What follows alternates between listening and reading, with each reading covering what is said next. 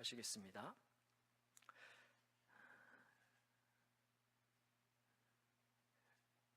또 어떤 사람이 타국에 갈 때 그 종들을 불러 자기 소유를 맡김과 같으니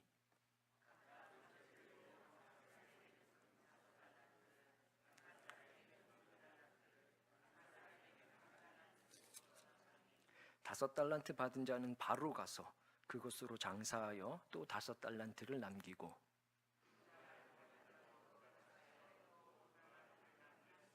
한 달란트 받은 자는 가서 땅을 파고 그 주인의 돈을 감추어 두었더니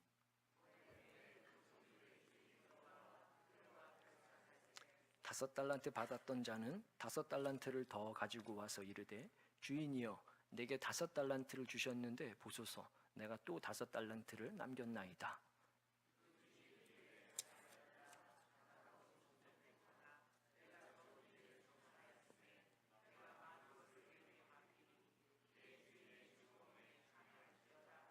두 달란트 받았던 자도 와서 이르되 주인이여 내게 두 달란트를 주셨는데 보소서 내가 또 두 달란트를 남겼나이다.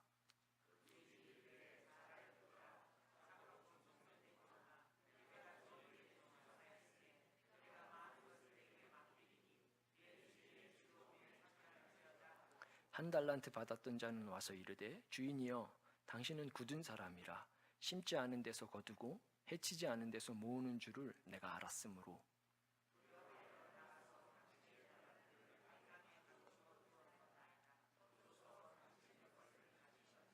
그 주인이 대답하여 이르되 악하고 게으른 종아 나는 심지 않은 데서 거두고 해치지 않은 데서 모으는 줄로 네가 알았느냐.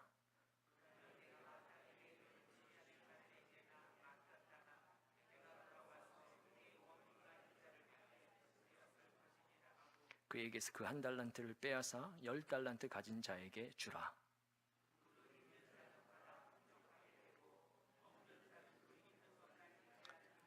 같이 읽습니다. 이 무익한 종을 바깥 어두운 데로 내쫓으라. 거기서 슬피 울며 이를 갈리라 하니라. 아멘. 제가 한국에 있을 때 주일마다 하루는 우리 아버지 집, 하루는 장모님 장인어른신 댁 가서 이렇게 하루에 한 달에 두 번씩 번갈아 가면서 애들 데리고 가서 주일날은 사역 마치고 가서 효도하겠다고 애들이랑 익숙하게 해드리겠다고 가서 잤었습니다. 일부러 가서 잠을 잤었습니다. 주일날 사역 마치고 첫째 둘째 씻기고 그 일이 너무 고되고 귀찮아서 아이고 이놈 새끼들 언제 커서 내가 이걸 안 씻기지? 그 불평하고 있는데 그렇게 씻기고서 나왔는데 거실에 있는데 저희 장모님이 그 큰 처제 다 청년이 된 그 처제를 아직도 씻기시면서 그 욕조에서 이 노래를 부르고 계셨었습니다. 정말 저를 부끄럽게 했던 그 신앙의 고백이었는데 오늘 너무 감사합니다. 우리 같이 기도합시다. 잘 살아도 못 살아도 좀 잘 돼도 조금 잘 안 돼도 우리 구주 얼굴이 너무 커서 우리 예수님 사랑이 너무 커서 나 같은 자 살려주신 그 은혜가 너무 커서 다 천국 된다고 고백하는 이 고백이 우리 사랑방 안에 우리 교회 안에 가득하게 하여 주옵소서. 2018년 한 해에 믿음의 깊은 도가니로 더 뜨거운 사랑의 도가니로 들어가는 우리 사랑방 되도록 복 내려 주옵소서. 특별히 우리 사랑하는 자녀들, 우리 후손들, 우리보다 더 우리 주님 잘 섬기고 성전의 모퉁이 돌처럼 참 요긴한 교회의 일꾼 되어서 우리 인생을 보람있게 하고 우리가 주께 받은 유일한 한 사명 잘 감당했다고 고백할 수 있는 우리 후대들 될 수 있도록 복 내려 주옵소서. 감사드리며 예수님 이름으로 기도드렸습니다. 아멘. 감사합니다.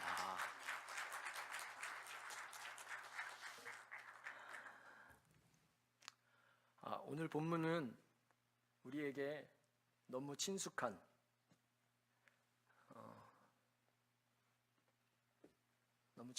이야기 가운데 하나입니다.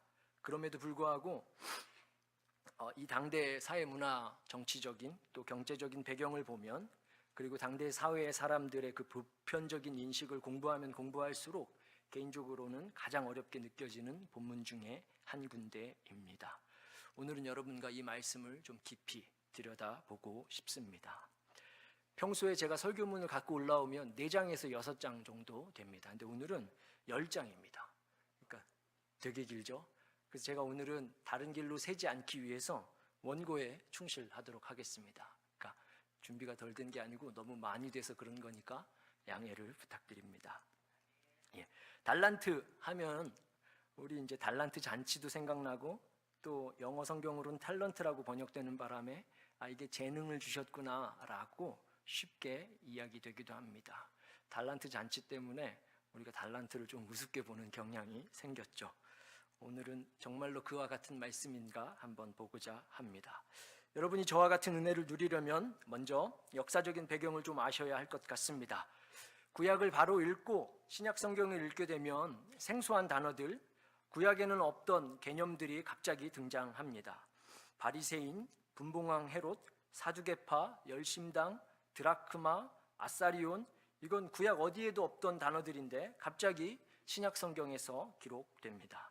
이는 말라기 이후에 마태복음에 이르기까지 그 중간에 성경이 기록되지 않은 그 기간 동안의 그 시기에 이스라엘의 정치적인, 경제적인, 문화적인, 사회 전반에 큰 변화가 있었기 때문입니다. 이 시기에 바벨론의 포로에서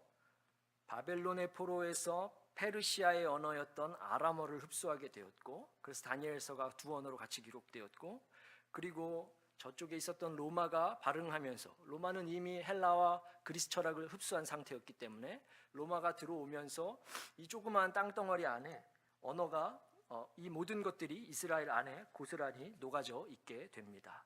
언어가 히브리어에서 아람어 그리고 히라버에 이르기까지 바뀌게 되었고, 그것이 영어를 통해서 한국어로 번역되면서 이미 몇 번의 통역과 번역을 거쳐서 성경이 기록되었기에 성경이 본래 기록된 그 진위를 아는 것에 이미 많은 의미상의 손실이 있습니다. 그렇기에 이를 보완하기 위해서 그 당대의 문화를 아는 것이 굉장히 중요합니다.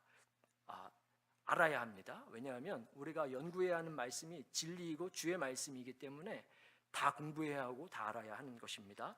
몇 가지만 배경 지식으로 보겠습니다. 첫째로 우선 이스라엘은 기원전 63년에 우리 다 아는 바와 같이, 이 정도는 다 아십니다, 로마의 지배를 받았습니다. 폼페이우스 장군이 예루살렘을 점령하면서 사회 경제 시스템이, 정치 시스템이 로마식으로 변형되었고, 이때 예수님이 오신 겁니다. 로마는 아까 말씀드린 바와 같이 이미 헬라와 그리스 철학을 갖고 있었기 때문에 이스라엘 그 조그마한 땅덩어리에 히브리식 배경을 가진 그 사람들 안에 페르시아의 방언이었던 아람어를 쓰고 있었고, 사회, 경제, 정치 체제는 로마의 지배를 받고 그리스, 헬라 문화를 접한 시기가 그 당시의 사회상이었습니다. 이게 얼마나 복잡한지는 불과 한 나라에 의한 침탈이었어도 아직도 친일파 청산이 다 이루어지지 않은 우리나라를 보면 상대적으로 짐작할 수 있습니다. 두 번째로 화폐 단위를 소개해드리면, 이스라엘은 당연히 로마의 화폐를 따랐는데 큰 단위부터 달란트, 문화, 데나리온, 고드란트, 렙돈입니다. 그럼에도 성경에 등장한 대로 드라크마라는 것도 있어, 그게 그리스 화폐였고, 세겔이라는 유대 성전 안에서만 통용되던 돈도 있었습니다. 우리 캐나다와 미국이 그렇게 가까워도 미국 달러 가지고 상점에 가서 사는 것이 익숙하지 않잖아요. 거의 잘 안 되잖아요. 그러니까 미국 달러를 받아주는 가게가 캐나다 안에 드문 것을 보면 이 당시에 그리스 이 많은 화폐 단위가 있었던 것, 그 사회가 얼마나 복잡했는지를 유추할 수 있습니다. 셋째로 로마가 속주를 지배하는 그러한 방식에 관한 것인데, 이게 연구는 많이 되어 있는데 우리나라 말로는 아직 없습니다. 그래서 그냥 외래어입니다.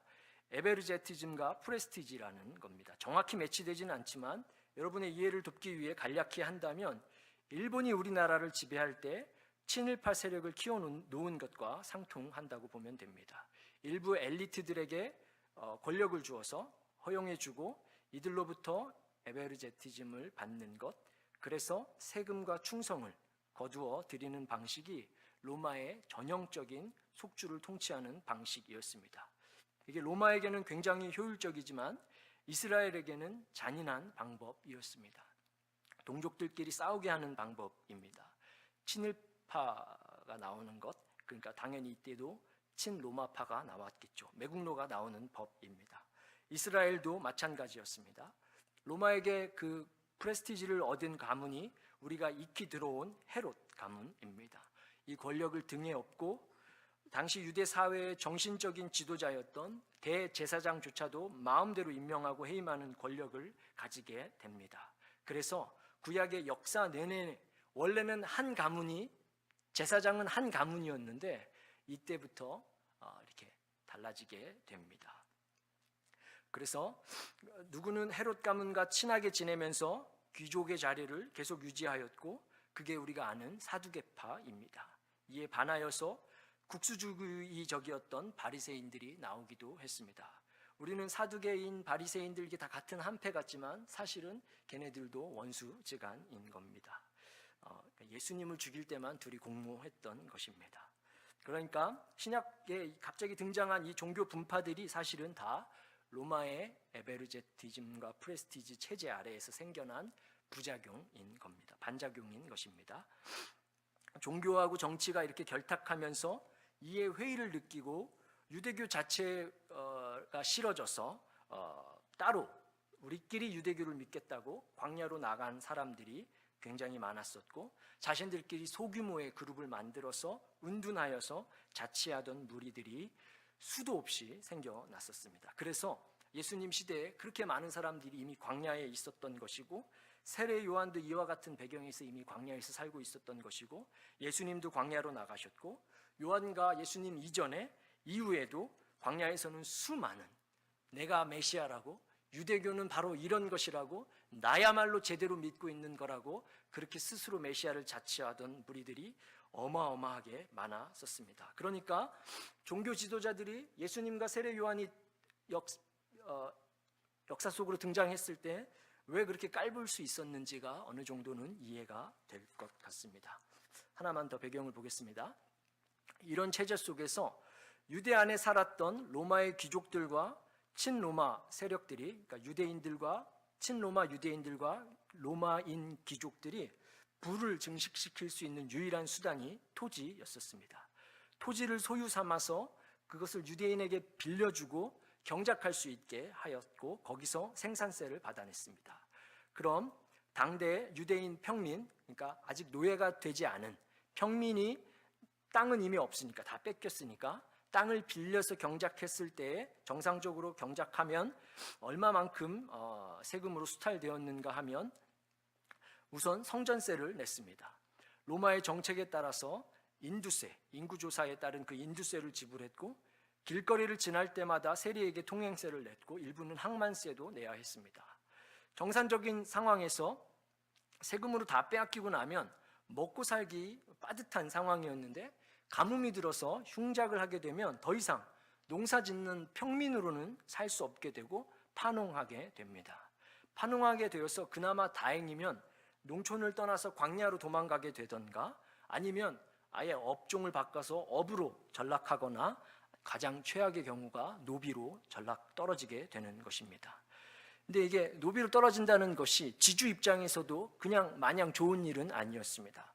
왜냐하면 노비들은 열심히 일을 안 해도 상관이 없기 때문에 평민으로 계속 남아 있어서 생산성을 기대할 수 있는 그룹으로 남아 있는 것이 땅을 가진 지주들에게도 가장 좋은 방법이었는데, 그것조차도 수월치가 않았던 것입니다. 여러분, 예수님 제자들의 신분이 거의 다 어부였죠.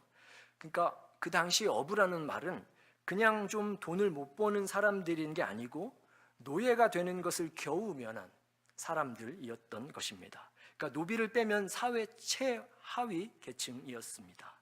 여러분 생각해 보십시오. 바다도 아니고 갈릴리 호수에서, 갈릴리 호수가 저 피존 레이크보다도 작은데 그 작은 호수에서 어업을 하면서 그 많은 사람들이 그 물에 의지하여서 살면 거기서 뭐 얼마나 잡아 올릴 수 있었겠습니까? 어찌되었건 지금 예수님의 비유를, 이 달란트 비유를 듣는 이 청중들이 바로 그러한 사람들이었습니다. 지금 그들에게 달란트 비유를 하고 계신 것입니다. 그러면 그 당시의 청중들은 이 비유를 어떻게 이해했겠습니까? 14절 먼저 보시겠습니다. 14절, 또 어떤 사람이 타국에 갈 때 그 종들을 불러 자기 소유를 맡김과 같으니 라고 비유를 시작하셨습니다. 주인이 지금 누구를 불렀습니까? 종을 불렀습니다.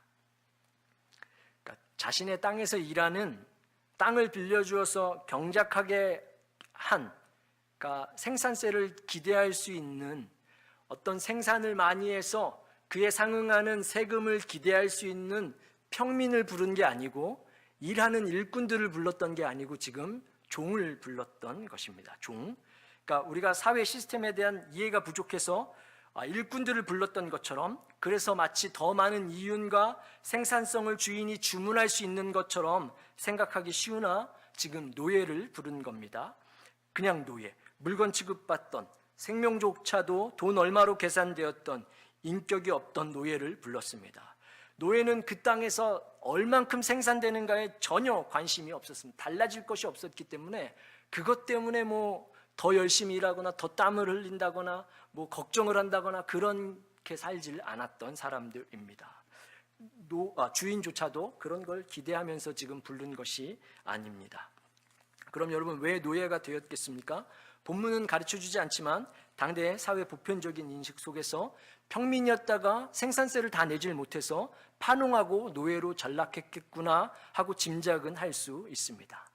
당시 노예들조차도 일부 그 신임을 받는 그 노예들은 주인이 결혼도 하게 해주었습니다. 그 보상 차원에서 약간의 자유도 주었습니다. 드물기는 하나 일부 노예들에게는 돈도 주었습니다. 용돈 같은 거죠. 그걸 페쿨리움이라고 부릅니다. 페쿨리움.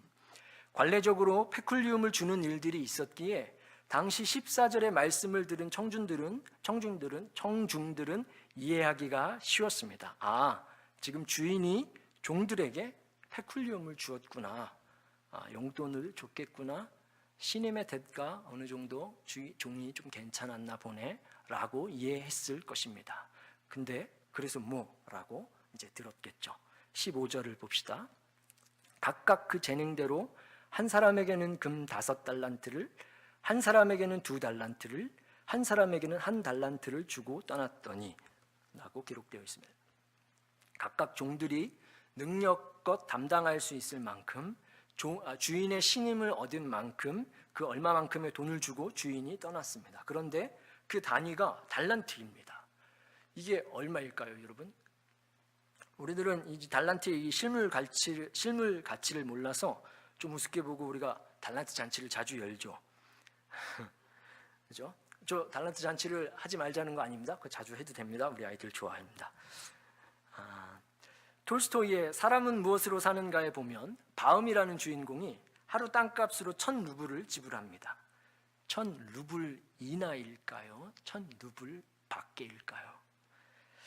그냥 지불했나 보다 하는 순간 그 톨스토이의 그 글의 의미를 우리가 놓치는 거죠. 그래서 이 비유도 마찬가지입니다. 한번 좀 더 계산해 보겠습니다. 이 사람들이 당시에 쓰던 작은 단위부터 그 쓰던 화폐를 보면 렙돈, 고드란트, 아사리온, 그 다음 데나리온, 그 다음 문화, 그리고 달란트입니다. 다 까먹으셨죠? 보통 이제 데나리온을 기준으로 잡습니다. 1일 노동자의 그 하루 품삯으로 알고 우리가 기준을 잡습니다. 그런데 한 데나리온이 한 노동자가 하루 일해서 받은 돈입니다 하는 것은 명목상의 계약금이지 실제로 그 금액을 전부 다 받은 그 기록이 없습니다. 당시 로마 군인이었던 그 기록을 보면 줄리우스 시저가 군대를 모집하고 로마 평민들에게 1년간의 연봉으로 225 데나리온을 주었다는 기록이 있습니다. 로마 평민인데도 하루에 한 데나리온을 못 받은 겁니다.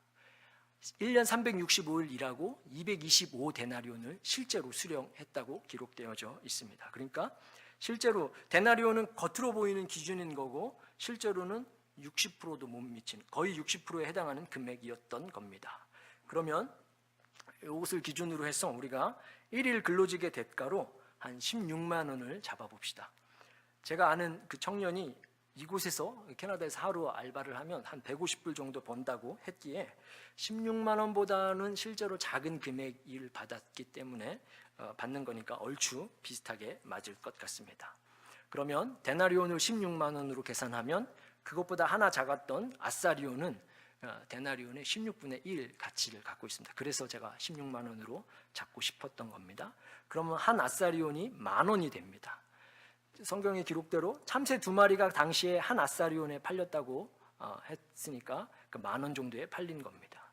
근데 저는 그 기사를 읽을 때 참새 2마리를 왜 사고 팔았을까 하는 의문이 들기도 합니다. 개들이 그걸 관상용으로, 애완용으로 기르진 않았을 테고 성전에 쓸 수 있는 것도 아니었는데 그걸 사고 팔았다는 말은 그 먹는 것밖에 안 되거든요. 그럼 참새를 여러분 어디다 먹었을까요? 그거 깃털 떼고 그거 뭐 먹었을까요? 그러니까 그 당시가 얼마나 가난했는지 우리가 알 수 있죠. 그 경제적인 빈곤함이 우리가 개구리 튀겨 먹는 것과 아마 비슷할 것 같습니다. 자, 그럼 아사리온까지 했죠. 고드란트, 그보다 작은 고드란트는 2,500원, 4분의 1 가치라서 2,500원 정도이고 랩돈이 그의 반이어서 1,250원 정도 됩니다. 그러니까 두 랩돈을 자기 재산의 전부로 헌금했던 그 여인이 2,500원이 전 재산이었던 거니까 얼마나 궁궁했는지 알 수 있습니다. 제가 원주민센터에서 한 홈리스가 자신이 오늘은 헌금하고 싶다고 저를 부르는 거예요. 그래서 예배 전에 바빠 죽겠는데 이분들 헌금해봐야 뭐 제 입장에서는 너무 작은 금액이니까 제 마음속에 무시하고 싶은 그 마음이 있었던 것 같아요. 그런데 이 친구가, 이분이 지갑을 이렇게 꺼내더니 정말 손을 바들바들 떨면서 다 꺼내서 이렇게 주는데 그때 125불 제가 받았거든요. 이게 제가 가진 전부였다고, 전부라고, 이거 오늘 하나님 앞에 드리고 싶다고 그걸 이렇게 주시는데 제가 이제껏 받은 헌금 중에 그 금액이 가장 크게 느껴졌었습니다. 자, 그럼 데나리온으로 다시 넘어와서 데나리온보다 단위가 큰 문화가 100배 큰 겁니다. 데나리온이 16만 원이었으니까 그러면 한 문화는 1,600만 원이 되는 겁니다. 달란트는 문화보다 60배 이상 큰 가치가 있습니다. 그럼 얼마입니까? 10억입니다. 10억. 한 달란트가 10억 정도 되는 겁니다. 그러니까 우리 캐나다 돈으로 하면 이제 100만 불이죠. 전 이거 계산하는데 되게 오래 걸렸습니다. 100만 불. 그러니까 100만 불이 여러분, 저는 100만 불이 얼마인지 모르겠어요. 이게 작게 느껴지시면 여러분 이렇게 생각해 보십시오. 우리 캐나다 달러 1달러면 가이아나 가면 그게 얼마의 가치가 있습니까? 엄청 올라가죠. 나라의 경제적 위치에 따라 돈의 가치가 그렇게 달라지는 것을 감안하면 이 당시에 100만 불이면 현재 얼마이겠습니까? 로마 역사학자인 폴리비우스의 기록에 따르면 그 당시 로마 최고위 공직자가 1년에 집행한 돈의 금액이 1달란트가 채 안 되었습니다. 넘지 못했습니다. 고위 관리자가 받은 금액, 연봉이 아니고 집행한 것, 나라 돈 집행한 것이 한 달란트가 안 되었으니까 한 달란트가 어마어마하게 큰 금액인 거죠. 자, 다시 비유로 돌아가서 지금 이 노예에게, 생산성을 전혀 기대하지 않던 그 노예에게 페쿨리움을 주는데 그 단위가 달란트라는 것입니다. 그럼 그 당시 청중들은 어떻게 받아들였을까요? 달란트? 왜? 뭐 때문에 그렇게 많이 줘? 달란트라고 그게 지금 말이 되는 거야? 지금 저 사람이 미쳤구나 라고 실수했던가? 아니면 그 이유 왜 그랬을까 하고 궁금증이 증폭되었을 것입니다. 16절을 봅시다. 5달란트 받은 자는 바로 가서 그것으로 장사하여 또 5달란트를 남기고 라고 있습니다. 천문학적인 금액, 사실 말도 안 되는 페쿨리움을 받은 노예가 즉시 가서 바로 나가서 그것으로 장사를 했다고, 그래서 5달란트의 이윤을 더 남겼다고 기록합니다. 이 종은 똑똑했나 보다, 장사 수완이 좋았나 보다, 뭐 열심히 했나 보다 라고 우리 문화 속에서 생각하지 마시고, 사실 이 당시 사회 속에서 로마 사회는 상업이 매우 발달했었습니다. 특히 중국이나 인도로부터 사치품을 상당한 양 수입하였기 때문에 큰 규모의 상거래가 오고 가기도 했습니다. 근데 이 본문 속 주인공인 유대 사회는 그렇지 않았습니다.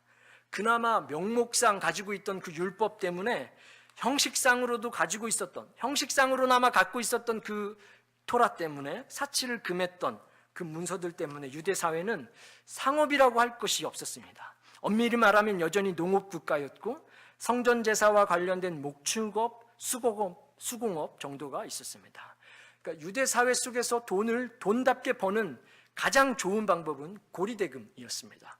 돈으로 부를 늘리는 방법은 돈을 빌려주고 높은 이자율로 차익을 남기는 그것 하나 말고는 없었습니다. 노예가 되기 전에 마지막으로 의존하던 그 실제적인 방법이었지만 현실은 그로 인해서 광야로도 도망가게 되고 메시아를 고대하며 반란을 꿈꾸는 그러한 분위기만 조성되었었습니다. 그러니까 예수님이 오셔서 오병이어로 배불리 먹이셨을 때 왜 갑자기 그분을 왕으로 모시고자 했는지 이해가 좀 될 것 같습니다. 어쨌든 노예 신분으로 즉시 나가서 장사를 해서 달란트 단위의 이윤을 남겼다. 이건 노예의 신분을 감안할 때 돈을 잃어버렸을 경우에 그 손해를 봤을 경우 닥쳐올 결과가 가족마저도 팔려가는 것을 막을 수 없기에 너무 리스크가 큰 미친 짓이었고, 더군다나 이윤을 남겼다는 말은 이건 사실상 불가능한, 현실적으로 불가능한 일이었습니다. 18절을 봅시다. 우리의 관심을 갖고 있는 한 달란트가 여기 나오는데, 한 달란트 받은 자는 가서 땅을 파고 그 주인의 돈을 감추어 두었더니 라고 나옵니다. 이 사람은 돈을 땅 속에 감추었다고 합니다. 이건 실제로 상업이 발달하지 않은 그 유대 사회 속에서 유대인이 전형적으로 자신의 재산을 보존하고 보호하는 유일한 방법이었습니다. 이게 관행이었습니다. 땅에 묻었다가 그 사람이 죽으면 실제로 그 누구도 찾지 못하는 일들이 일어나곤 했었고, 그러한 배경 속에서 예수님께서 밭에 감추인 보화 비유를 말씀하신 것도 사실입니다. 노예로서 상상할 수 없는 금액에 해당하는 돈을 받았을 때 그 돈을 땅속에 묻어서 보관한 것이 사실 가장 보편적인 인식 속에서 잘한 일입니다. 가장 칭찬받을 일입니다. 노예에게 걸맞지 않은 금액이었고, 그래서 도리어 가족도 잃어버리게 할 금액이었기에 그게 가장 지혜로운 방법이었습니다. 자신이 주인에게 돌려주었습니다. 24절 25절을 보시면 돌려주면서 주인에게 말하기를 당신이 굳은 사람이라고 심지 않은 데서 거두고 해치지 않은 데서 모으는 줄 내가 알았다고. 그러니까 이거 지금 고리대금을 이야기하는 거죠. 심지 않은 데서 거두고 해치지 않은 데서 모으는 줄을 알았다고.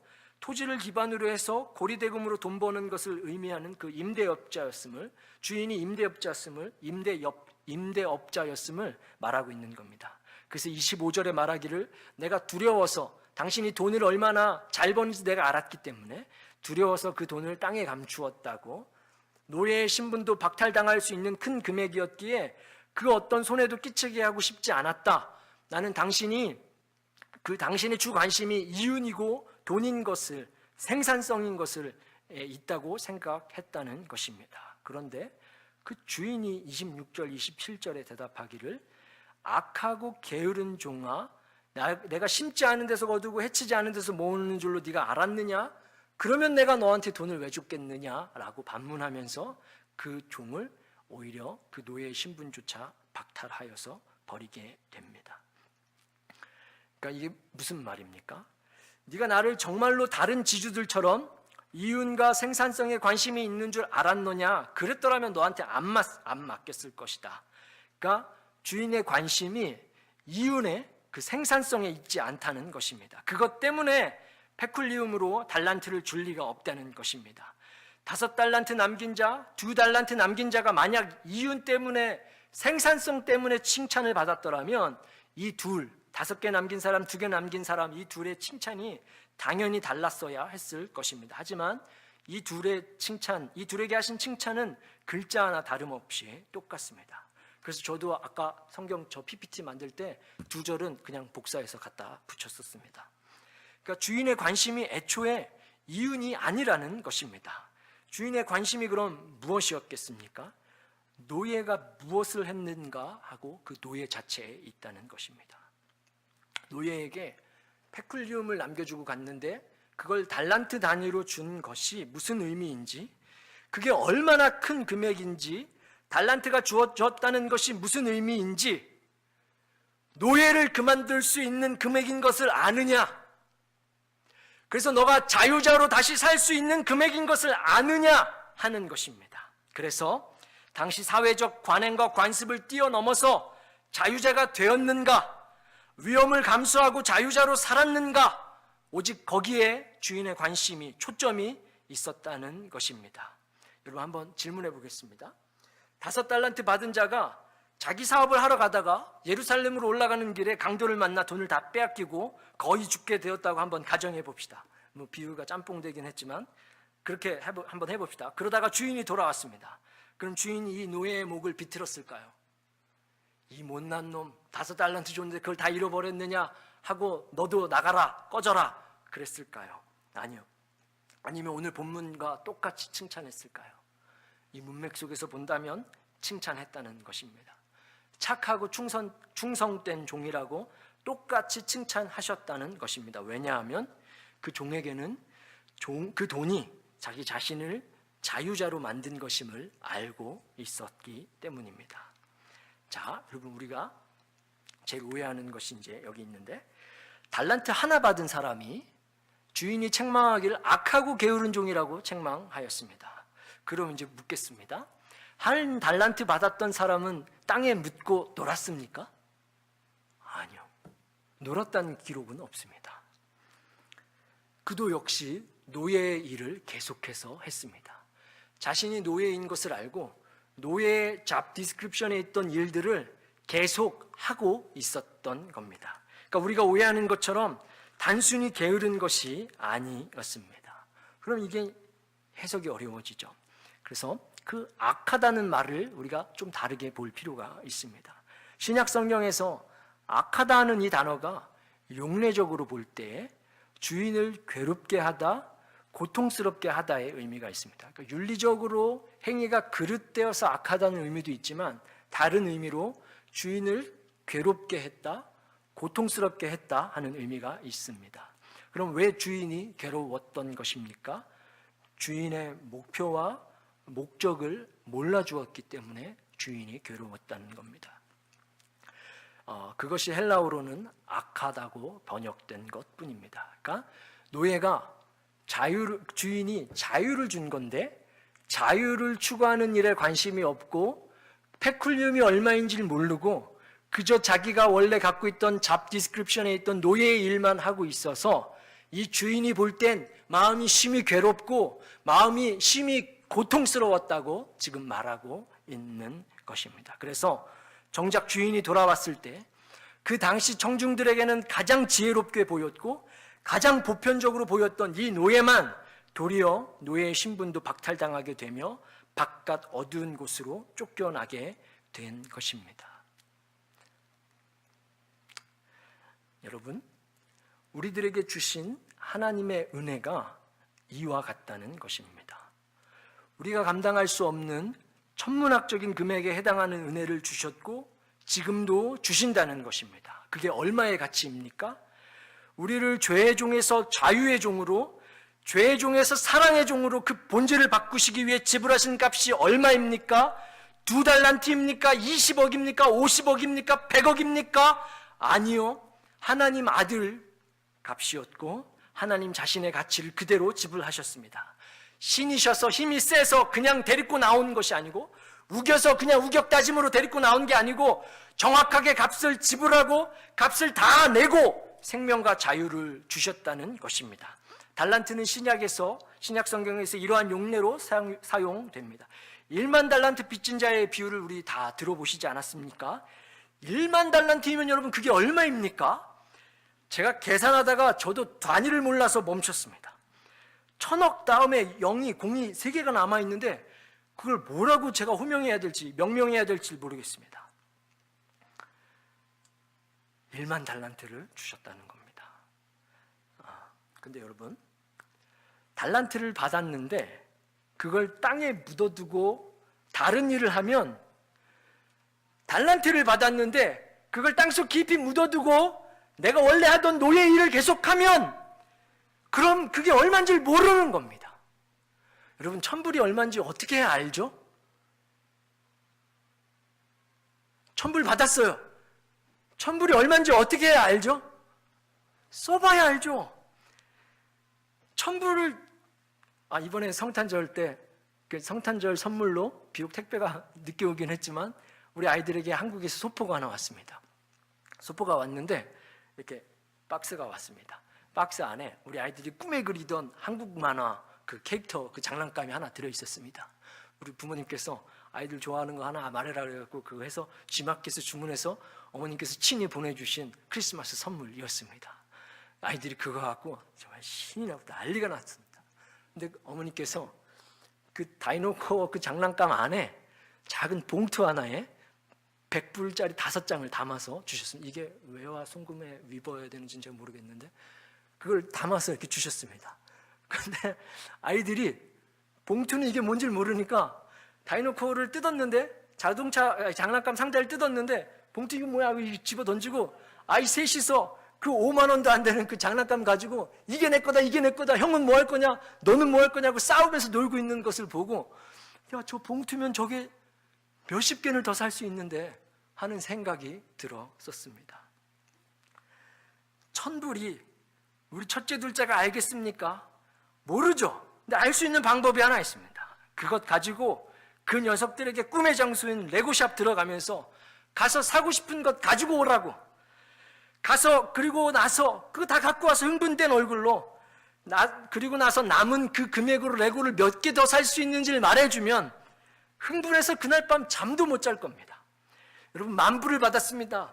백화점 갔습니다. 명품샵을 갔습니다. 만불이 있습니다. 그게 얼마나 큰 금액인지는 그럼 알게 되겠죠. 만불을 쓸 수 있는 여유롭게 쓸 수 있는 어딘가를 가면 만불이 큰 금액이 얼마인지를 알 수 있겠죠. 100만 불을 받았습니다. 100만 불이 얼만큼 큰 금액인지 어떻게 압니까? 그걸 땅에 묻어두면 알겠습니까? 아니요. 제일 사고 싶었던 자동차 사봐야 알죠. 떨리면서 흥분하면서 가서 사고 왔는데 말도 안 되게 자동차를 현금 주고 사고 왔는데 내 수중에 남은 돈으로 아직 무엇을 할 수 있는지를 알면 그럼 그게 돈이 얼마인지 이해가 되는 거죠. 1000만 불을 받았습니다. 이게 얼마인지 어떻게 알겠습니까? 집을 사봐야 알죠. 고르고 골라서 비싼 집 산다고 샀는데 그래서 내 신분이 바뀐 것 같고 내 존재가 달라진 것 같고 매달 내야 했던 몰기지가 그 모가지 조얼라내던 그 몰기지가 다 없어졌는데 매달 빠져나가던 그 족쇄 같은 게 다 사라졌는데 그런데도 잔고에는 여전히 수백만 불이 남아있어서 집을 몇 채를 더 살 수 있다고 한다면 그럼 그제서야 그 돈의 가치를 알 수 있겠죠. 써야 하는 것입니다. 여러분 우리가 은혜를 이와 같이 받은 겁니다. 그런데 그 은혜를 그저 가슴 한켠에 저 가슴 깊숙이 어디 있는지도 모른 채 그냥 묻고만 살고 있다면 그래서 여전히 우리들이 사람들 사는 일들에 치이고 우리가 누구인지를 그 은혜가 우리를 누구로 만들어준 것인지를 다 잊고 산다면 그게 우리 주인님의 마음을 괴롭고 고통스럽게 한다는 겁니다. 그 은혜를 써야 알죠. 그 백불이 얼마인지 나같이 모질고 부족한 자에게 죄종으로 살던 자에게 주어진 백불림이 얼마인지는 써봐야 하는 겁니다. 선교를 나가봐야 하는 것이고 내가 얼마나 생산하지 못하는 사람인지 내가 얼마나 보잘것없는 존재인지 그래서 내가 백불림에 다함이 없는 그것도 알죠. 헌신해봐요. 헌신을 해봐야 하나님께서 내게 주신 은혜가 얼마나 큰지를 알죠. 그래서 그분이 또 용서하고 또 기회 주시고 또 설교하게 하시고 또 사역하게 하시고 또 봉사하게 하시는 그분의 다음 없는 기회 주심과 그 은혜가 얼마인지를 일을 해봐야 알죠. 써야 하는 것입니다. 한 번 은혜 받은 것 그거 땅에 그냥 묻어두고 살면 그럼 모르는 겁니다. 그러면 그냥 세상의 종으로 살게 되는 겁니다. 그러면서 은혜가 없다고 하는 겁니다. 그러면서 세상 사는 게 똑같다고 하는 겁니다. 그러면서 교회 생활에 능력도 생기도 없다는 그렇게 볼멘 소리만 하게 되는 겁니다.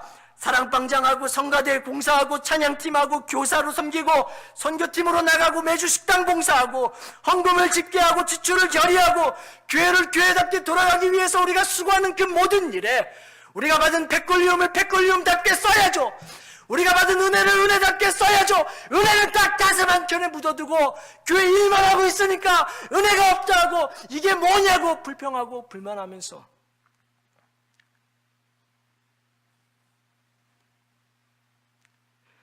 성가대 주일 찬양 준비하면서 와, 내까짓 게 뭐라고, 내가 마음들이면 받아주시고 내 노래 그걸 통해서 나 같은 사람 한 명이 더 주의 말씀을 귀 기울일 수 있게 한다면, 나 같은 사람의 고백을 통해서 어느 한 영혼의 마음이 열린다면, 나 같은 자를 통해서 어떤 사람이 하나님 만나는데 유익이 있다면, 그러면 그걸로 된 거죠. 백골리움을 백골리움답게 못 쓰니까 봉사하는 것이 그냥 일이 다 된 거죠.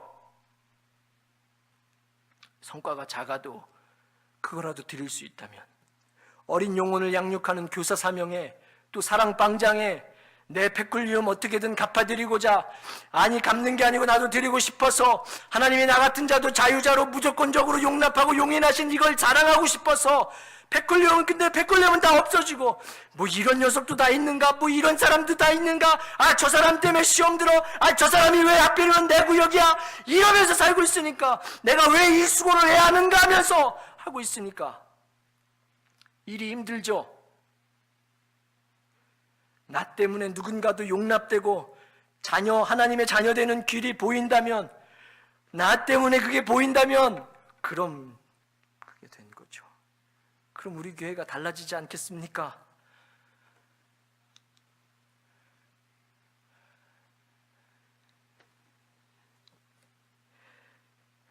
백골리움을 써보질 않으니까, 아, 첫사랑을 잃어버렸다고, 1년에 한 번 큰 집회, 어떤 목사님들의 더 나은 설교, 그거 찾지요. 나의 안에 있는 백골리움을 써야죠. 첫사랑이 참 작았다고 말해야죠.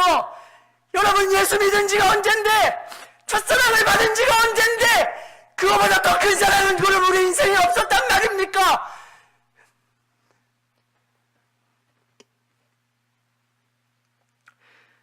첫사랑 그게 뭐 대수였다고? 내가 죽게 받았던 그 처음 구속의 사랑 그게 뭐 대수였다고? 그거보다 더 큰 사랑이 있어야죠. 내가 예수 믿은 게 얼만데 아직도 그거 갖고 있으면 도대체 내가 주의 사역하면서 하나님의 사랑은 그럼 언제 더 커진 겁니까? 우리가 사역하면서 우리가 일하면서 하나님께 사랑드린 건 그럼 없는 겁니까?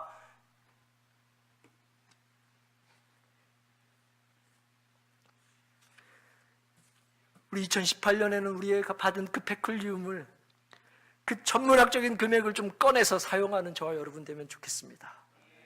아멘이시죠? 우리 한 사람 한 사람이 그렇게 사용하면 우리 교회 밝아질 겁니다. 우리 교회 은혜가 넘칠 것입니다. 각 지체가 그렇게 백골리움만 사용할 수 있다면, 내가 받은 금액이 너무 크다고, 나 같은 자도 주의 일에 헌신할 수 있게 기회 주심이 너무 크다고만 말할 수 있다면,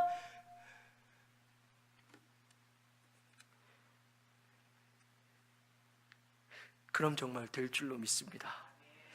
여러분, 이 본문이 어디에 기록되어 있습니까? 앞에 열처녀 비유 있고 양과 염소 있고 그 비유 가운데에 위치합니다. 다 종말과 말세를 사는 자들에게 주신 하나님의 은혜가 무엇인지, 그래서 그 말세를 사는 우리들에게 넌 자유자로 살고 있는지 종으로 살고 있는지 묻고 있는 것입니다.